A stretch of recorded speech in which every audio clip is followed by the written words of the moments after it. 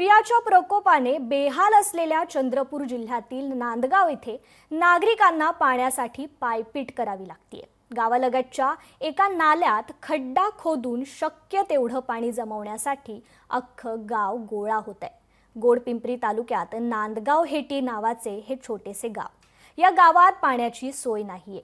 एक विहीर आणि काही बोरवेल आहेत, मात्र आता त्याही कोरड्या पडल्यात। नळ योजना आहे, मात्र टाकीतच पाणी नाहीये। अशी बिकट अवस्था गावाची झाली आहे। अशा स्थितीत गावकरी 1 किलोमीटर अंतरावर असलेल्या नाल्यात पाण्यासाठी जात आहेत। नालाही कोरडा पडलाय, त्यात खड्डा करून पाणी बाहेर काढलं जातंय। याच पाण्यावर हे गाव तहान भागवतंय। पहाटेपासून पाण्यासाठी सुरू होणारा संघर्ष दिवसभर सुरू असतो। अबालवृद्ध सारेच पाण्यासाठी हंडे घेऊन पायपीट करतायत। गावातील लोकांना घरकुले मंजूर झाली, पण पाणीच नसल्याने ते बांधकामही रखडलंय।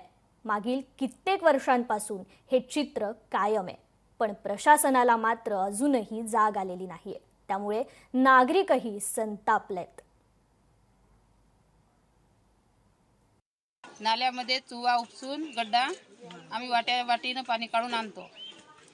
आम्हाला खूपच दुष्काळ आहे पाण्याची।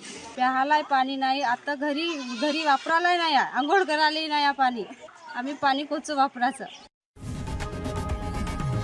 लोकशाही मराठी ऐका, पहा, जागरूक रहा।